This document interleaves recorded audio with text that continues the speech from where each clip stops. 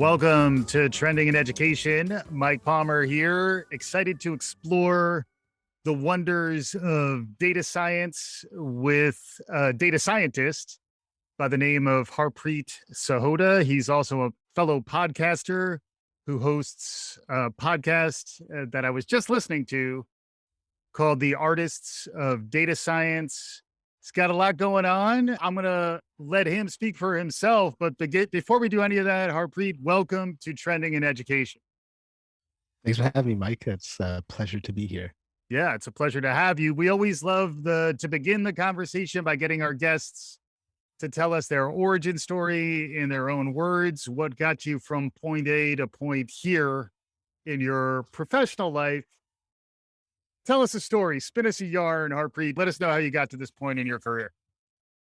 Pretty much the exact opposite of what most data scientists have gone through to get to their career paths. I think most people that I've spoken to have had a straight path. Everything was a bit linear in terms of how they got from point A to point where they are right now. For me, it was not that case. So I'm 38 years old at the time of this recording. And you want to take the story back? We'll take it back. It was like 2001. I'm a senior in high school. I've got relatively good grades, acceptances into my universities of choice, a bright future ahead of me. But then I'm also a young, misguided idiot. And I just managed to just make a series of decisions that cost me an entire decade of my life. Mhm. So I ended up not graduating from high school. I went on a multi-year bender in the company of all these other lost souls, experimenting with all sorts of substances. I grew up in a colorful neighborhood with a bunch of colorful characters. So it was just a bunch of kids, immigrant kids, turnkey type of kids, people who just had a great ability to misuse and waste their time in any manner that presented itself Sure. to them. Yeah. And I fell into that. I didn't graduate high school on time. And it was for the stupidest reason, man. Like I just kept skipping PE class to go smoke weed. And literally this cost me 2 credits. I was 2 credits shy. And here I am, 3.4, 3.5 GPA, decent GPA, on the way to going somewhere, and didn't graduate high school because of PE credits. Eventually I made those 2 credits up, got a GED, but it just took a toll on me, man. Like the series of decisions I made after that were just horrendous. So I had to reinvent and restart over multiple times throughout my life. Yeah, well, everybody loves a redemption story, Harpreet, and some, myself included, would argue that 38 is relatively early in the full span of your career. There's this line in a Burton Braley poem, Start Where You Stand, where he says, the world will care about your old defeats if you can start it again and gain success. So yeah, for me, it was just a winding path. After I did get my GED stuff, went to university, graduated, but I was still stupid in college. Like I was doing all sorts of stupid stuff that I shouldn't have been doing. Graduated barely with a 2.2 GPA, no internships, couldn't get hired. And this is like 2007, 2008 financial crisis, all that stuff. And I actually went into education, believe it or not. Here I am, a complete screw up that decides to go into education and teach other high school kids that are just like me when I was in high school. And I did good at it. I could relate to these kids in a way that the other teachers couldn't, just because I'd grown up in the same environment as they had. I've been through the same kind of stuff. And I did that for a couple of years. Before I realized that, okay, I was a math teacher, small group math teacher. Yeah. And at that point, I realized, like, damn, I'm pretty good at math. I like it. I enjoy it. But I want more money than what a teacher salary is paying. Yeah. What can I do to get more money using this skill set? And at that point, decided to become an actuary, went to grad school, studied math, stats, and, winding road, similar stories to everything I've just talked about. But eventually, when I was 35, so this early 2018, decided to change careers again, and that's when I moved into data science. Just because it's just that agitation myself, like, damn, I'm not everything I could be. This sucks. I hate my job. I'm not living up to my potential. There's got to be something bigger, more for me out there, and then went into data science as a 35-year-old, which is not very common because I guess the average age of most data scientists are mid to late 20s, maybe early 30s. But I've been able to broke into the field, started 2 data science teams from scratch. I'm now in a position that's like the most perfect role for myself. And I was just able to make a name for myself along the way. And this isn't a story that I've shared before ever, right? I wrote about it just about a month ago. And shared this story on Medium, and it's gotten such a huge response and reaction. Finally coming to terms with the fact that I could own this. Yeah. I could own my stupidity. Yeah. Because I was able to figure shit out, man. I was able to make stuff work. And and your podcast, to build on what you're talking about, your podcast is about the artists of data science, but it's specifically about personal development for data science, which is part of why I wanted to have you on because I like it when more than one trend intersect and podcasting, let's call that a trend, but that's a given. Game respects game. I like having podcasters on the show. But what I found really interesting was thinking about the whole student movement and the fact that we are whole people. Even if we get into data science, frequently data science, people think of you as almost like a quantitative engine who's just going to crank out results. And what I found really refreshing about your podcast and about your orientation is that this little more introspection and thoughtfulness, even the kind of fire in the belly, even if it's been a long run and it's been smoldering, there is this desire to continue to improve yourself and continue to grow. That is something that tends to be common among folks who are exploring some of these new economy skills like data science, cybersecurity, is that curiosity, that hunger, that desire to continue to develop. And I would also say, as we continue to get older as a population, 38's going to look extremely young in terms of the full range of your career growth. Can you talk a little more about the podcast and how it came into being and how it relates to your story?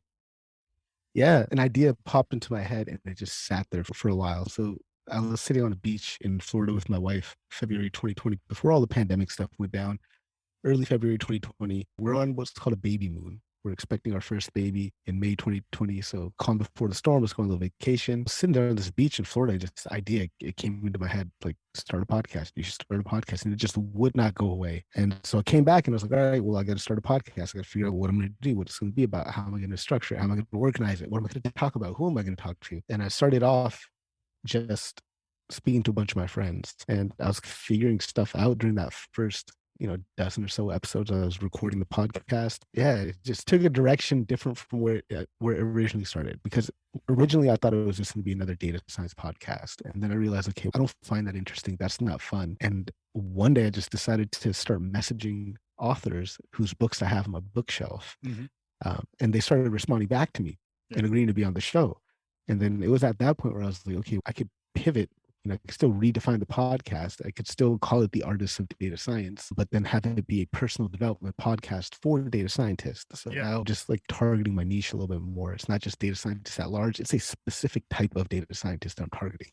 Data scientists that are like me in the sense that they know it's not just about the math and the coding, that there's much more to being not only a good data scientist, but just a well-rounded developed person. So I got inspired really, by listening to a lot of podcasts late 2019, early 2020, like Impact Theory and Jay Shetty's podcast and Tim Ferriss's podcast and whatnot. So I guess that was the inspiration-ish. Like I was like, okay, I could do this. Like I could be good at I could be really good at this. Yeah. So that plus sitting on a beach with nothing to do, plus a desire to just want to just put something out there, create something new. Yeah. That was Genesis the podcast. Got me thinking, doing these podcasts, there's a desire to be more than you are, a desire to grow.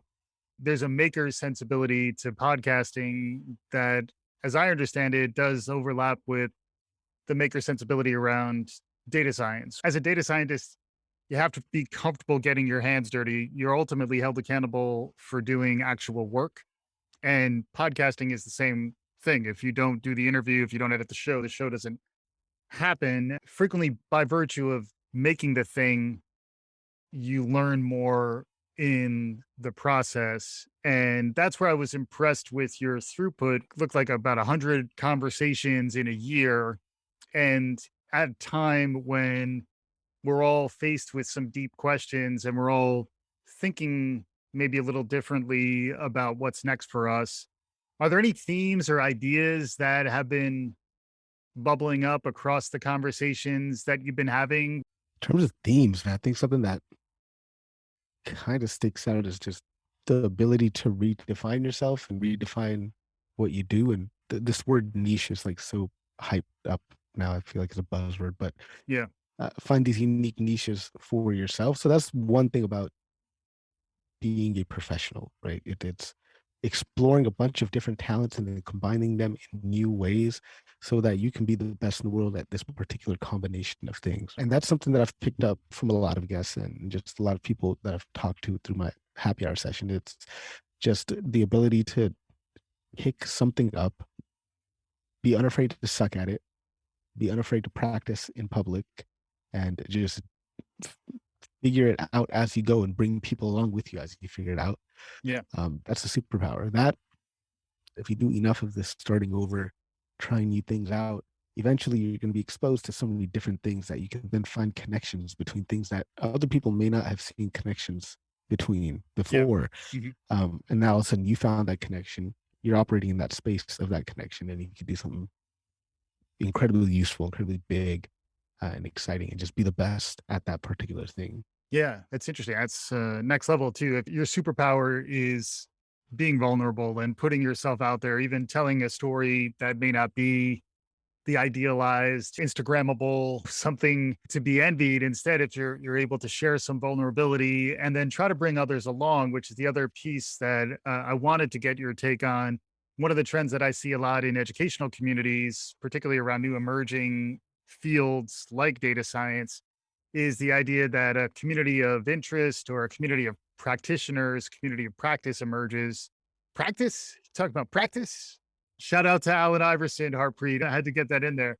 You organize happy hours. Your podcast feed includes conversations with folks who are data curious or beginning their career in data science. They're just looking for guidance, mentorship. They don't want to feel alone.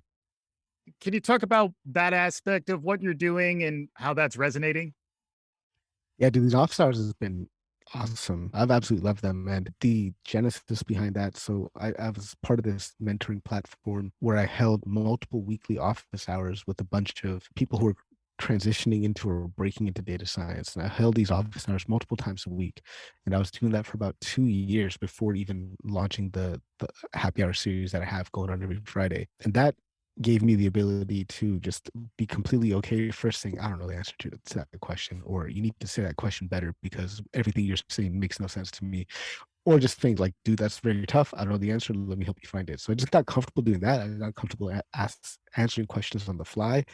I noticed that taking that skill set I already had, just this comfort in front of the camera, comfort being thrown questions at me, and comfort with not knowing the answer, coupled with the fact that I'm seeing everybody is no longer able to go anywhere because of pandemic and Yeah. lockdown and everything like that. So I Yeah. said, all right, let me launch this in the public and just start doing this thing where anybody can come and ask their questions. Mhm. And that just really took off. And one of the most beautiful things about that is, so I've got people coming to these happy hours, they're data science influencers themselves. They're extremely intelligent people. They're well respected in their fields. So some of them are chief data scientists, some of them are data science leads, some people have written books.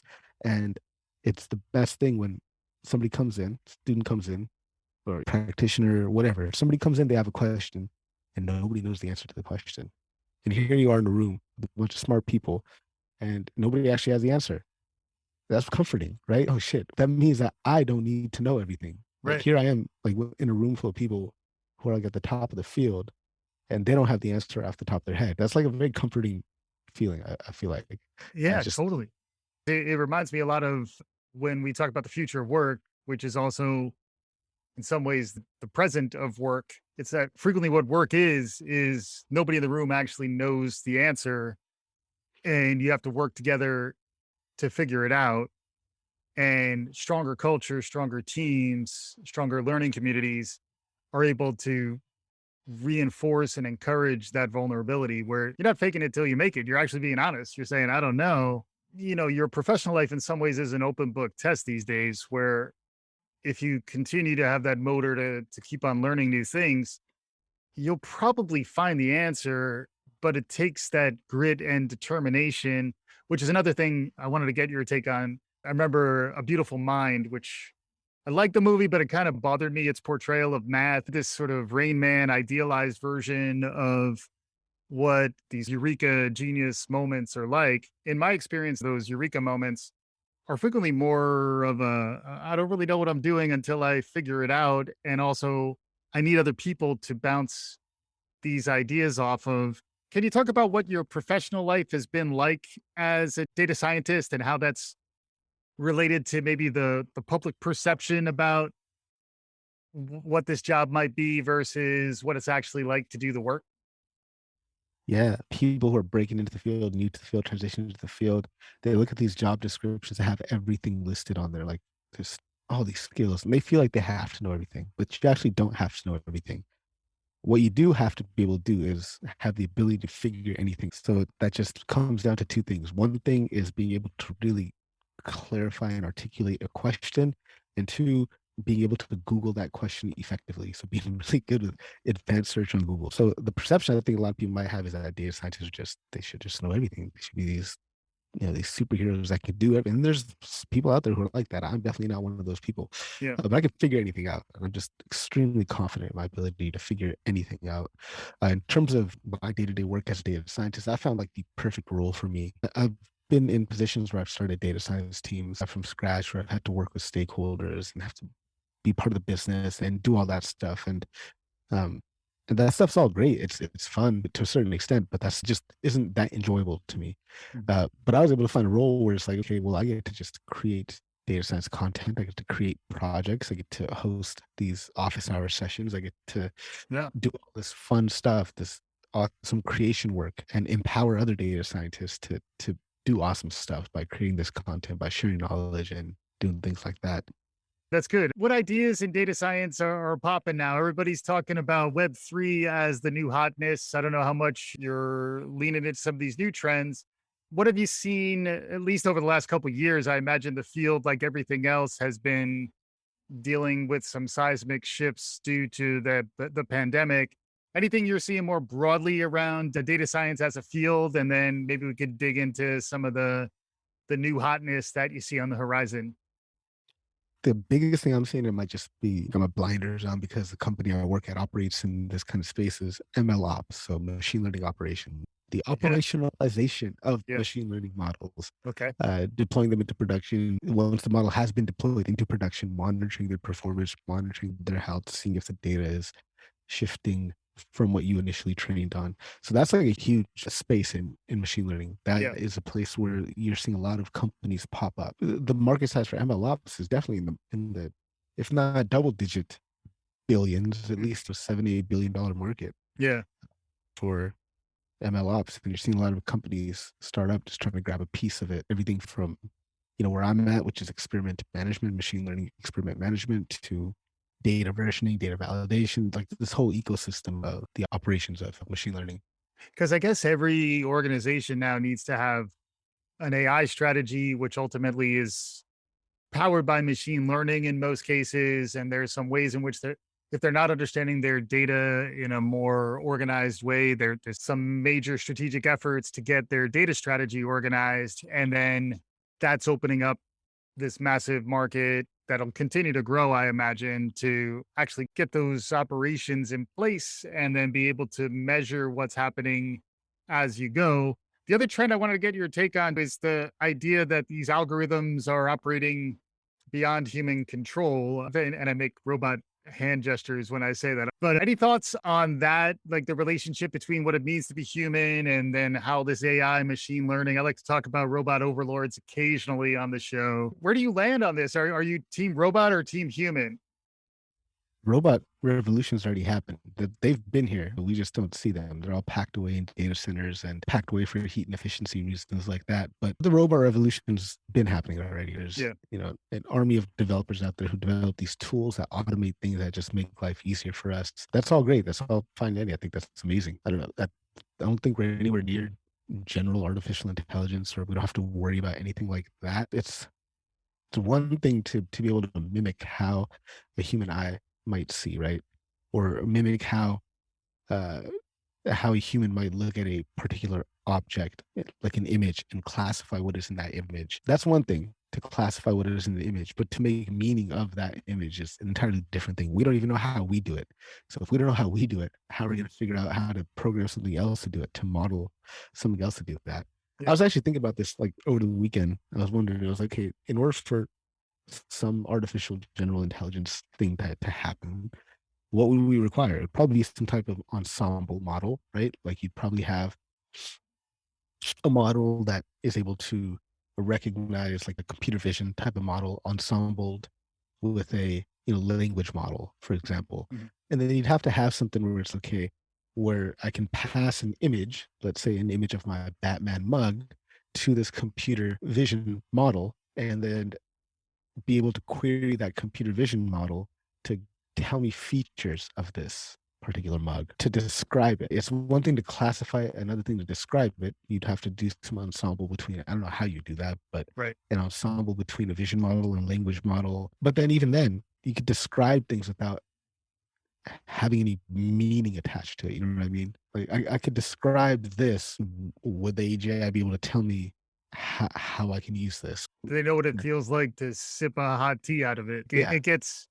It's interesting how data science conversations and a lot of the emerging technology conversations become philosophical, and Yeah. they also touch on ethical considerations now in ways that they really hadn't previously. And I think a lot of it comes full circle back to us trying to understand better what it means to be human, which is another trend that, social emotional learning, trauma informed instruction, the idea that we need to give each other grace and be empathetic to other humans. I think you're touching on that also in the peer-to-peer mentorship collegial model in terms of the dynamics. Any thoughts in terms of what's emerging around how people learn, and anything you've had experience with around some of these happy hours and collaborations that might be a signal in the noise for us in terms of how we might be able to do this better in the future? Yeah, that's something I wish I was taught in school was how to learn. They just teach you stuff, but they don't teach you how to learn things. And that's something I've had to learn on my own as a mature adult because I wasn't given those tools. A few people I interviewed on my podcast, actually. There's Dr. Barbara Oakley, Yes. who did the course called Learning How to Learn in a Mind for Numbers, and Scott Young, who did Ultra Learning, and Andy Hunt, who did the pragmatic thinking and learning. That's probably the most important skill, I think, for this generation. It's just the ability to teach yourself anything. Hmm. You have to have that skill because the world is changing and moving at such a fast pace. So if you're not able to educate yourself on a topic, then you're just gonna be left behind. And you have to be able to educate yourself without having a clear-cut syllabus. Sometimes you have to make the syllabus yourself, but that's an incredibly important, useful skill. It's just learning how to learn. Yeah. So coming up with a plan of attack for yourself, being able to identify the most important parts of a particular field, study those and build on top of those, and Yeah. joining communities, being part of communities, asking questions, and Hmm. being able to connect dots, just build a scaffolding of understanding for yourself. And the grit, right? Not giving up is another thing where Yeah. I know you talk about growth mindset a good deal on your show. Any notes on growth mindset, the imposter syndrome? Sounds like you've gone through two or three professional transformations already, and you're relatively early in your career. Professional transformation is one thing. That personal one is different. That growth mindset, I was introduced to that concept in summer 2018. Hmm. And so by this point, I'm already 35 years old. And I came across Carol Dweck's work, started reading her book, and I'm just like, wow, I've just been, I've adopted a belief system that just did not serve me any way whatsoever. Just learning the difference between a fixed mindset and a growth mindset was just incredibly crucial for me. So there's something that happened in that summer 2018. There's three books I read in succession that really just changed my entire life. So Mhm. one of them was Mindset by Carol Dweck. The other one was the book by Angela Duckworth, Grit, Yep. and then Power of Habits. Something about those three books and Mm. how those ideas were connecting my mind just changed the way I look at everything Yeah. completely, fundamentally. So that growth mindset, and, I've got like a 19, 20-month-old son now. Make sure that I teach him that. So Mhm. buying children's books that espouse the virtues of a growth mindset and the power of yet, and trying to praise him in the right way, praising the effort instead of the outcome. It's super critical, man. Yeah, that growth mindset had changed my life. And luckily I was at a point maybe just in my life and career where I was just ready to just deconstruct beliefs that weren't useful to me. Pick the useful belief system for yourself and go out and be great. You could sit here and then worry about, oh, is this growth mindset for me? Is it not for me? What's the research? Blah, blah, blah. But you just adopt it, try on a belief, see if it fits, see if it works, see if it's useful. Mhm. If it is, just continue with it. Yeah. But Scott Adams talks about that in his book in multiple things, these filters you have on reality. I spoke to somebody on my podcast, Dave Gray, who wrote the book called Liminal Beliefs. And we're talking about this idea, this concept of just being able to try on different beliefs, Mm. see if they fit, see if they work. Are they useful? Are they helping you? Are you happier? Are you accomplishing more? Great, stick with it. If not, then just ditch it, man. Like Right. you don't have to hold on to those beliefs so tightly and make it part of your identity. You hear about strong opinions lightly held. Adam Grant's book, Think Again, is one that resonates with me. For a guy who does a data science podcast, you've come up with a pretty good learning syllabus there in terms of these growth books and educational psychology, which is a reminder that we all inhabit multiple dimensions and data science isn't just about being good at math and cranking out the statistics. What about the future, Harpreet? What's got your attention now? If we're going to regroup in a couple of years from now and look back on 2022, anything new, exciting catching your attention? Any predictions or hot trends that are really popping off these days? Remember, I was reading this quote earlier. The best way to predict the future is to invent it. Yeah. Or what's the Yogi Berra quote? It's hard to make predictions, especially about the future. I mean, for me, the biggest thing is like right now, just becoming a writer is the thing that I have uh, top of mind. That's the highest overarching goal I've set for myself is become a writer. Now that doesn't mean like I'm going to be an author and write books or things like that. It's just getting into this habit, this daily practice of writing Mm. and developing an audience around my written content that's not related to data science. I might put a data science lens on and view the world through that where Mm. appropriate, but in general, I just want to write about all the stuff I've learned and put it out there for people to consume. So that's the biggest thing for me over the next 12 months or so is just becoming a writer. And then what about for the skills that pay the bills? Your data science is up there. You hear a lot about cybersecurity and now Web3. Do we need Yeah. to learn the blockchain? As someone who Yeah. stayed thirsty for knowledge your whole life so far, you seem like you're not done yet. What's new that's worth paying attention to in terms Yeah. of staying job ready, skill ready for the future? Yeah, absolutely. Blockchain Web3 for sure. I'm part of this DAO, decentralized autonomous organization, but I'm not as active in it as I could be, just limited time. But I have a very active interest in blockchain and Web3. That's what I study when I have nothing else going on. Right. That's my go-to, just to stay abreast of it. I missed the first wave with the internet, right? Late 1990s, early 2000s. I missed that wave because I was an idiot, right? Right. And I continued to be an idiot when Web 2 was around. So I missed that wave as well. So it's not very often, or maybe we're moving to the future. So this will happen over and over again, where you get to be on the precipice, is that the right word, of something brand new, Yeah. right? On the edge and there's nothing in front of you. Yeah. So you have an opportunity to capitalize on that. So I think definitely spend time learning the basics of blockchain, learning the basics of why decentralization matters. Why is it important? I think people have just taken it for granted that the internet is what it is, how it is, and it's been like that's going to continue to be like that. It's not, right? I live in LA for a long time.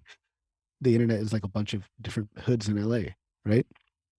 You got Pasadena, you got Glendale, you've got downtown LA, and people in those hoods, they don't really leave. They stay there because everything they need is right there. Yeah. Likewise, you've got Instagram, you got Twitter, you got Facebook, you got these different pockets of the internet where people stay and they never leave. That's centralization. And then even just this concept of trying to rebuild an audience on a different platform, right? Like I've got a huge audience on LinkedIn. Now I'm trying to build my audience on Twitter from the ground up. So having some mechanism to transfer that reputation or transfer that following over to a different platform, it's interesting as well. Something I'm going through right now is the A16Z crypto startup school. Mm.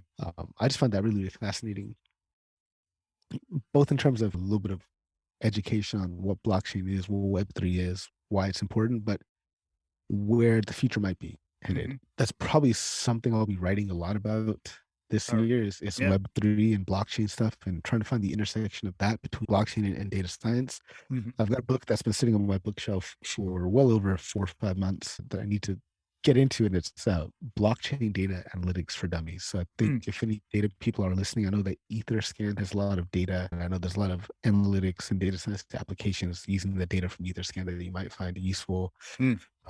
Um, yeah, it's going to revolutionize the world, going to change everything. It'll be around forever. Cryptocurrencies, they might come and go. Who knows? Just like there's Friendster and Facebook and whatever else. Like I'm dating myself here. MySpace, yeah. And now we got these other social medias, right? Like social media itself hasn't changed in the last 12 years. Platforms have. So think of blockchain and cryptocurrencies that way. Something new. Yeah, something new on the horizon. And if folks want to keep track of what you got going on, Harpreet, where should they go? We mentioned your podcast, but anywhere specifically folks should go if they're curious based on this conversation? Yeah, so theharpreet.com. You can go there and you'll find all the places you can find me. Nowadays, directing people to my Twitter. So if you want to hear me or listen, read my writing about on things, definitely check out Twitter. I'll be posting threads there. Data Science Harp on Twitter. Or just find me on LinkedIn. There you go. Awesome. Thank you so much for joining, Harpreet. Any concluding thoughts as we wrap up here? Yeah, remember you got one life on this planet. Why not try to do something big? Cheers, everyone. All right. Harpreet Sahota, the host of The Artists of Data Science. This is Trending in Education. Write us a review, share the good word. We'll be back again soon. Thank you for listening.